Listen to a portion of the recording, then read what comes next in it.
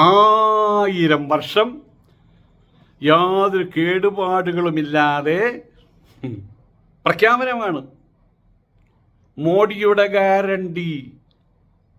അയോധ്യ ക്ഷേത്രം 1000 വർഷം ഒരു കേടുപാടും കൂടെ ചോർന്നൊലിക്കുന്നുണ്ട്. അവിടെ ഒരു തുള്ളി വെള്ളം പുറത്തേക്ക് പോവില്ല അയോധ്യ ക്ഷേത്രത്തിന്. ഇപ്പോൾ ആയിരക്കണക്കിന് കോടി രൂപ ചെലവ് ചെയ്ത് പണിത് പാർലമെൻറ്റ് മന്ദിരം ചോർന്നൊലിക്കുന്നു. പാർലമെൻറ്റ് മന്ദിരത്തിനകത്തും ചോർച്ചയുണ്ട് കേട്ടോ. BJPയുടെ ചോർച്ച. നാണം കെട്ട ഏർപ്പാടുകൾ. ബോണ്ട് തട്ടിപ്പ്.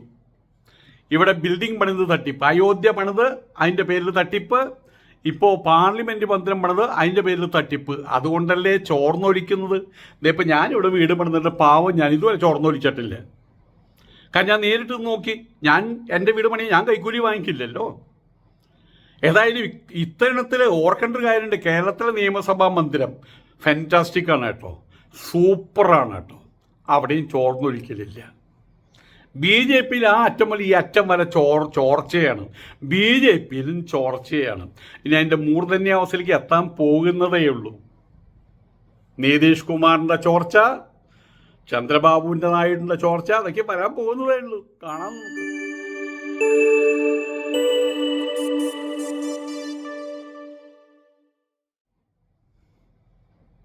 നമ്മുടെ പാർലമെൻറ്റ് മന്ദിരം കാണുമ്പോൾ ഓരോ ഇന്ത്യക്കാരനും അഭിമാനം കൊള്ളുന്നു. 2023 മെയ് മാസം പാർലമെൻറ്റ് മന്ദിരത്തിന് ഉദ്ഘാടന വേളയിൽ മോഡിക്കാ ഗ്യാരണ്ടി അതിൻ്റെ അക്കൗണ്ടിൽ ചേർത്ത് പറഞ്ഞ വാക്കുകളാണ് അതൊക്കെ. മോഡി തന്നെ പറഞ്ഞ വാക്കുകളാണ്.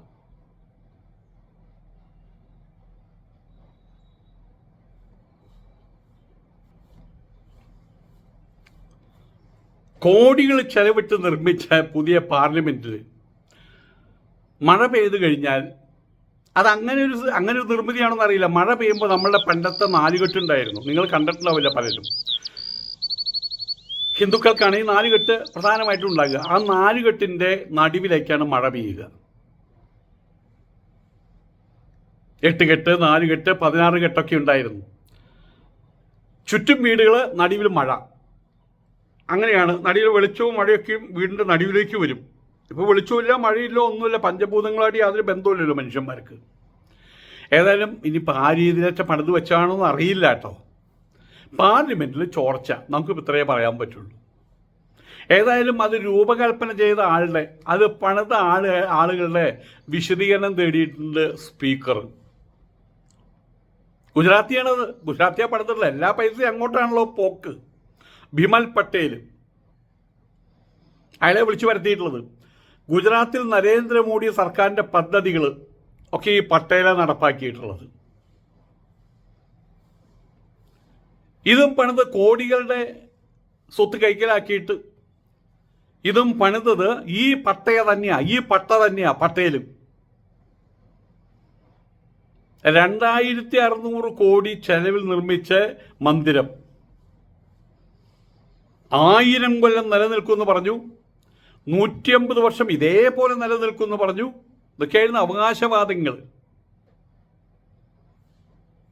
ഏതായാലും ചോർച്ചയ്ക്കിടയാക്കിയിട്ടുള്ള സാങ്കേതിക പ്രശ്നം പരിഹരിച്ചു. എത്ര പെട്ടെന്നാണ് പരിഹരിച്ചറിയോ? എന്താ അറിയോ? ചോരുന്നിടത്ത് ഒരേ ബക്കറ്റ് കൊണ്ടുവച്ചു. ഇതാണ് പരിഹാരം. അല്ല, ടർസ് ചോരുന്ന സമയത്ത് അവിടെ എന്തെങ്കിലും ചോറുമറ്റ് വെച്ചിട്ട് ഇങ്ങനെ ചോറുമറ്റ ഒട്ടിച്ചിട്ട് കാര്യമുണ്ടോ? അപ്പോൾ ഒറ്റ മാർഗ്ഗമേ ഉള്ളൂ. എവിടെയാണ് ചോരുന്നത്? ഒരു MP പറയാം, ദേ ഇവിടെ ചോരുന്നു, ഒരു ബക്കറ്റ് അവിടെ കൊടുക്ക്. ദേ ഇവിടെ ചോരുന്നു, ഒരു ബക്കറ്റ് അവിടെ കൊടുക്ക്. അയാൾ മഹുവ മൊയ്ത്ര പറഞ്ഞു, ദേ ഇവിടെ ചോരുന്നു, അവിടെ ചോർച്ചയില്ല. എന്നാലും അവളെ ഇടയ്ക്ക് വിളിച്ചു പറഞ്ഞു, ഇവിടെയും ചോരുന്നത്. അവൾക്കും കൊടുത്തു ഒരു ബക്കറ്റ്. കനത്ത മഴയിൽ ദില്ലിയിലെ പുതിയ പാർലമെൻറ്റ് മന്ദിരത്തിലാണ് ചോർച്ച ഉണ്ടായിട്ടുള്ളത്. MP-മാരുടെ ലോബിയുണ്ട്. അവിടെ അകത്ത് മഴവെള്ളം വീണുകൊണ്ടിരിക്കുക. ചൂടാർന്ന വാർത്തകൾ വരുന്ന സമയത്ത്, ചൂടാർന്ന സംവാദങ്ങൾ നടക്കുന്ന സമയത്ത് ഇങ്ങനെ ഇടയ്ക്കിടയ്ക്ക് ഒരു മഴത്തുള്ളി വിടുന്നത് നല്ല കാര്യമല്ല. ഇനിയിപ്പോൾ അങ്ങനെയൊക്കെ ആലോചിച്ചിട്ട് അതങ്ങനെ രൂപകൽപ്പന ചെയ്തതാണോ ചോദിച്ചാൽ അല്ലാതെ പറയാൻ പറ്റില്ല. അങ്ങനെയാണെന്ന് പറയാനേ നിവൃത്തിയുള്ളൂ. അത് അവർ പറയുകയും ചെയ്യും. ഉദ്യോഗസ്ഥന്മാർ ബക്കറ്റിൽ കൊണ്ടുവന്ന് ചോരുന്ന വെള്ളം ശേഖരിക്കുക. ആ ദൃശ്യങ്ങൾ ഇപ്പോൾ എക്സിലൊക്കെ നോക്കിയാൽ കാണാൻ പറ്റും. അതോടുകൂടിയിട്ട് നാണക്കേടായി. ഇത്ര ആർക്ക് നാണക്കേട്? ആർക്ക് നാണക്കേട്? കോടിക്കണക്കിന് രൂപ ചെലവിട്ട് നിർമ്മിച്ച പാർലമെന്റ് മന്ദിരം ഈ രീതിയിൽ ചോരുകയാണെങ്കിൽ ഒറ്റ മാർഗ്ഗമേ ഉള്ളൂ. പ്രശ്നമൊന്നുമില്ല. നിങ്ങളാരും വിഷമിക്കണ്ട. ഇന്ത്യയിൽ ഭരണം നടക്കാത്ത പ്രശ്നമൊന്നുമില്ല. ബ്രിട്ടീഷുകാർ പണിത് വെച്ച പഴയ മന്ദിരം ഉണ്ടല്ലോ, പഴയ ലോകസഭാ മന്ദിരം, അവിടേക്കാണ് മാറ്റിയാൽ മതി. അതിമനോഹരമാണത്, നല്ല റൗണ്ട് ഷേപ്പിൽ. ഇത് ശവമഞ്ചത്തിൻ്റെ ടൈപ്പിലാണ്. നിങ്ങൾ നോക്ക്, പുതിയ ലോകസഭ പാർലമെൻറ്റ് മന്ദിരം ഈ ഒരു പെട്ടിയുടെ ഷേപ്പിലാണ്, ശവപ്പെട്ടിയുടെ ഷേപ്പിലാണ് ഉണ്ടാക്കി വെച്ചിട്ടുള്ളത്. മറ്റെത്ര മനോഹരമായിരുന്നു.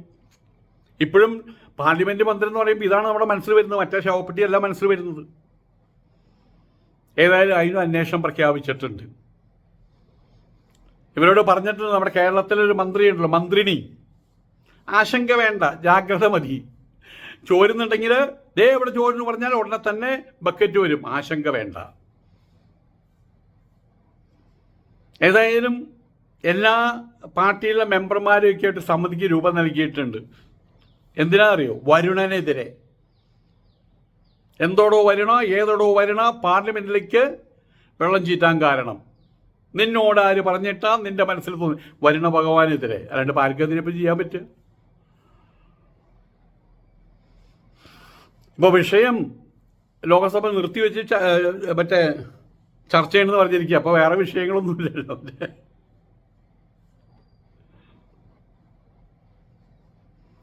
വെളിച്ചം മുകളിൽ നിന്ന് കിട്ടാൻ സ്ഥാപിച്ചിരുന്ന ഗ്ലാസ് കുറച്ചൊന്ന് മാറി, അത്രയേ ഉള്ളൂ പ്രശ്നം. അത്രയേ ഉള്ളൂ പ്രശ്നം. ഈ ഇത്തരം കാര്യങ്ങളിൽ BJPക്കും നരേന്ദ്രമോദി പാർട്ടികൾക്കും ശിങ്കിടി പാടാൻ അവരുടെ പുറകിൽ നിന്ന് അവർക്ക് തേച്ചു കൊടുക്കാൻ കുറേ ആൾക്കാരുണ്ട്. എല്ലാം ജന്തുക്കളാണ്. ഇതിപ്പോൾ എഴുതിയിട്ടുള്ള രാധാകൃഷ്ണൻ ഒരാളാണ്. നിസ്സാരം എന്നാ പറയുന്നത്. എന്താണ്? വെളിച്ചം മുകളിൽ നിന്ന് കിട്ടാൻ വേണ്ടി സ്ഥാപിച്ച ഗ്ലാസ് ഇച്ചിരി ഒന്ന് മാറി, അത്രയേ ഉള്ളൂ. ഇച്ചിരി ഒന്ന് മാറി. മഹാത്മാഗാന്ധിയെ ഇച്ചിരി ചെറുതായിട്ടൊന്ന് വെടിവെച്ചു എന്ന് പറഞ്ഞ പോലെ ഇച്ചിരി ഒന്ന് മാറി. അതങ്ങോട്ട് മാറ്റി വെക്കേണ്ട കാര്യമേ ഉള്ളൂ. അതിനിപ്പോൾ ഇത്രയും പറയേണ്ട കാര്യമുണ്ടോ എന്നാണ് ചോദ്യം.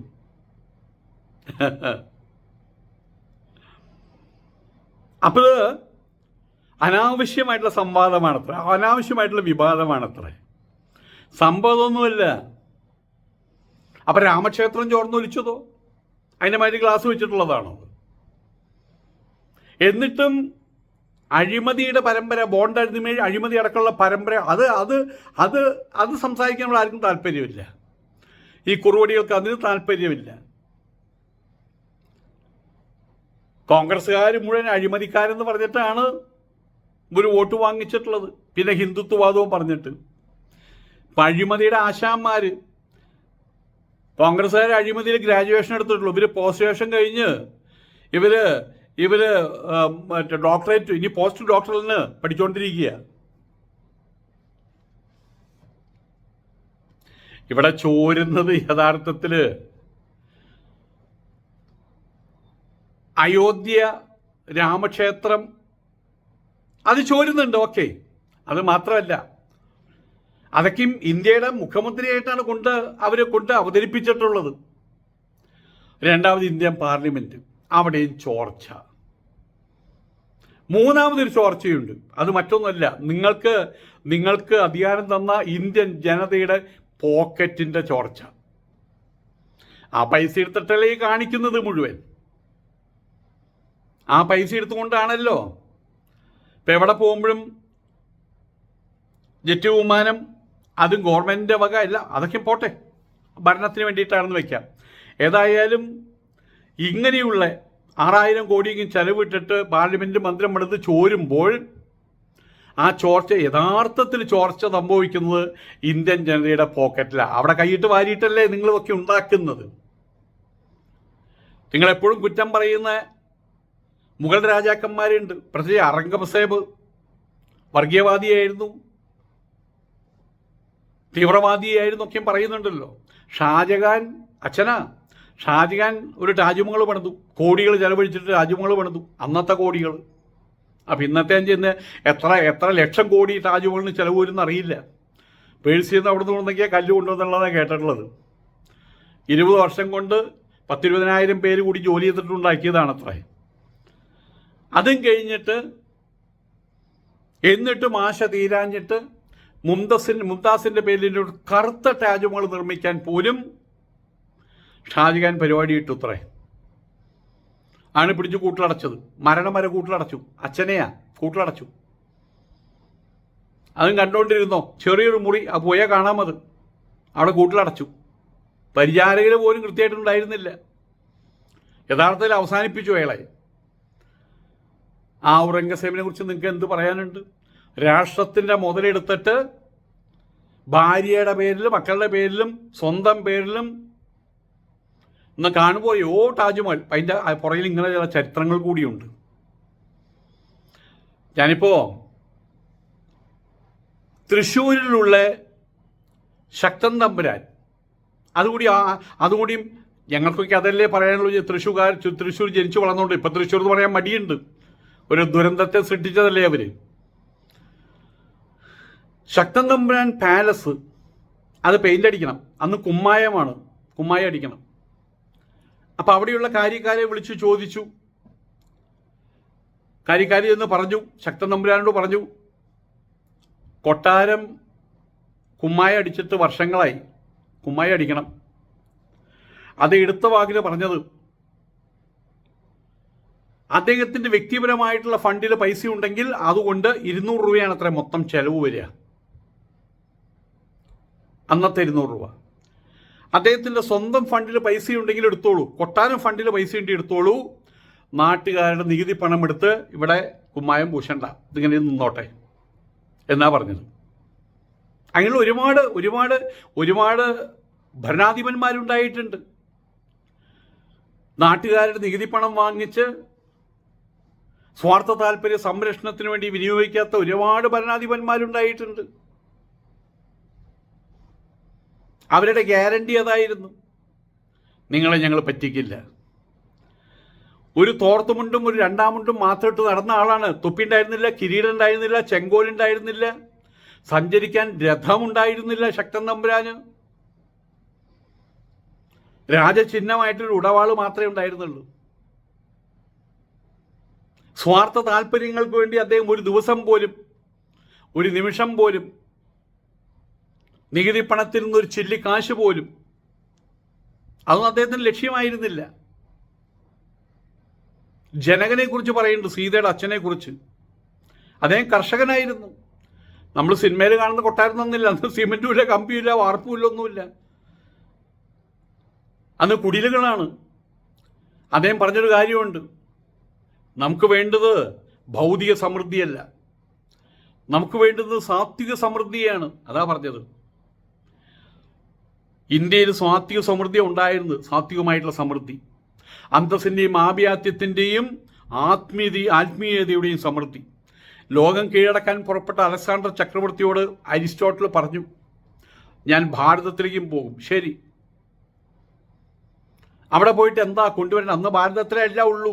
ഇന്ന് നമ്മൾ ദുബായിൽ പോയിട്ട് പർച്ചേസ് ചെയ്യണ പോലെ അന്ന് ഭാരതത്തിലേ ഉള്ളൂ, പട്ടുവസ്ത്രങ്ങളടക്കം എല്ലാം.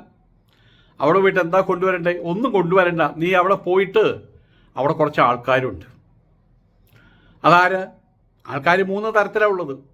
ഒന്നില്ലാത്തവർ, ദരിദ്രന്മാർ, പിന്നെ ഉള്ളവർ, ധനികന്മാർ, ധനികന്മാരല്ല ധനവാന്മാർ. ധനികൻ എന്ന് പറഞ്ഞ അർത്ഥം അറിയാം. ഇനി ഇതിൻ്റെ രണ്ടിൻ്റെയും ഇടയിൽ മറ്റൊരു കൂട്ടം ആൾക്കാരുണ്ട്. അവരാരാണെന്ന് അറിയാമോ? ഉണ്ടായിട്ടും വേണ്ടാത്തവർ. രാജാക്കന്മാർ നോക്കിയിട്ട് വിരൽ ഞൊടിച്ചാൽ മതി. 3000 പശുക്കളുടെ കൊമ്പിൽ സ്വർണം കൊണ്ട് സ്വർണം പൊതിഞ്ഞ് ഇങ്ങോട്ട് കൊടുത്തുവിടാൻ ആൾക്കാരുണ്ട്. അന്നത്തെ രാജാക്കന്മാരുണ്ട്. പക്ഷെ ഇവർ ഉടുതുണിക്ക് മറുതുണി പോലും ഇല്ലാതെ ഗംഗയിലെ ജലവും കുടിച്ച് പിപ്പലത്തിൻ്റെ ഇലയിൽ നിന്ന് ജീവിച്ചിരുന്ന ആത്മജ്ഞാനികളുണ്ട്. അവരെ നീ ഒന്ന് പോയി കണ്ടാ മതി എന്നാ പറഞ്ഞത്. അവരെ നീ ഒന്ന് പോയി കണ്ടാ മതി. അദ്ദേഹം വന്നു, കണ്ടു. അവരദ്ദേഹത്തെ കണ്ടില്ല. അവർ കണ്ണു തുറന്നിരിക്കുന്നുണ്ടെങ്കിലും അവർ കാണുന്നത്, അനുഭവിക്കുന്നത് മറ്റൊന്നാണ്. അലക്സാണ്ടർക്ക് ദേഷ്യം വന്നു. അതിനടുത്ത് വന്ന് നിന്നെ ഞാൻ കൊല്ലുമെന്ന് പറഞ്ഞു. ഒരു ഋഷിവരനോട് പറഞ്ഞു, എന്നെ കണ്ട ബഹുമാനിച്ചില്ലേ, കൊല്ലും എന്ന് പറഞ്ഞു. തലവെട്ടിക്കളയെന്ന് പറഞ്ഞു. എൻ്റെ തലവെട്ടിക്കളഞ്ഞാൽ നിന്റെ കണ്ണുകൾ കൊണ്ട് ഞാൻ ഈ രാജ്യം, ഈ ലോകം വീണ്ടും ഞാൻ കാണും. അതിൻ്റെ അർത്ഥം മനസ്സിലായില്ല. സഹസ്രശീർഷ പുരുഷ സഹസ്രാക്ഷ സഹസ്രപാദ് സഭൂമിം വിശ്വതോ ഭൃത്വ അത്യതിഷ്ഠദശാങ്കുലം പുരുഷ ഏവേദഗും സർവം യദ്ഭൂതം യത്. എല്ലാ കണ്ണുകളും അവൻ്റേതാ. എല്ലാ കണ്ണുകളും നമ്മളുടേത്, എല്ലാവരുടേതുമാണ്. ഞാൻ അവസാനിച്ചാൽ എൻ്റെ കാഴ്ച അവസാനിക്കുന്നില്ല. എൻ്റെ ആത്മാവ് കാണും നിൻ്റെ ആത്മാവിലൂടെ, നിൻ്റെ കണ്ണുകളിലൂടെ. അലക്സാണ്ടർക്ക് കാര്യം മനസ്സിലായില്ല, വേഗം വിട്ടു, സ്ഥലം വിട്ടു. അപ്പം നമ്മൾ ആഗ്രഹിക്കേണ്ടത് ഭൗതികമായിട്ടുള്ള സമൃദ്ധിയും ഭൗതികമായിട്ടുള്ള ഉന്നമനവും വേണ്ടെന്ന് പറയുന്നില്ല, വേണം. പക്ഷെ ആധ്യാത്മികമായിട്ടുള്ള അഭ്യുന്നതി, സാത്വികമായിട്ടുള്ള അഭ്യുന്നതി അത് മാറ്റിവെക്കല്ല വേണ്ടത്. ഇപ്പം അതാ ചെയ്തുകൊണ്ടിരിക്കുന്നത്. അതാണ് മോഡിയുടെ ഗ്യാരണ്ടി.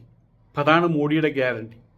അപ്പം അതാണ് കാണുന്നത്. പൈസ ഉണ്ടാക്കുക, ജനങ്ങളെ പറ്റിച്ച് പൈസ ഉണ്ടാക്കുക, ജനങ്ങളുടെ നികുതി പണം തോന്നിവാസം കാണിക്കുക, ഇന്ത്യയുടെ മുഖം മാത്രം ഡെക്കറേറ്റ് ചെയ്ത് വെക്കുക, വോട്ട് തട്ടിക്കുക. ഇപ്പം എന്തായി? അയോധ്യ ചോരുന്നു. ഇത് ദൈവത്തിൻ്റെ പണിയാണ്. അയോധ്യ ചോരുന്നു, നാട്ടുകാർ കാണുന്നു. പാർലമെൻറ്റ് മന്ദിരം ചോരുന്നു, നാട്ടുകാർ കാണുന്നു. അവർ വിലയിരുത്തട്ടെ. നിങ്ങൾ ഒരുപാട് തന്ത്രം കളിക്കുന്നവരാണ്, തന്ത്രം കാണിക്കുന്നവരാ. അതിന് മേലെ തന്ത്രമുള്ള ഒരു തന്ത്രജ്ഞനുണ്ട്, വലിയ തന്ത്രജ്ഞൻ.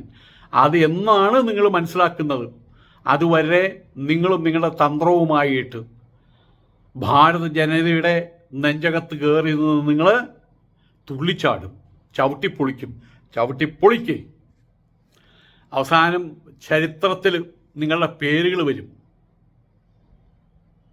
അതൊരിക്കൽ പോലും സർഗാത്മകമായിട്ടുള്ള കാര്യങ്ങളെക്കുറിച്ചുള്ള വരികളായിരിക്കില്ലെന്ന് മാത്രം. നമസ്കാരം.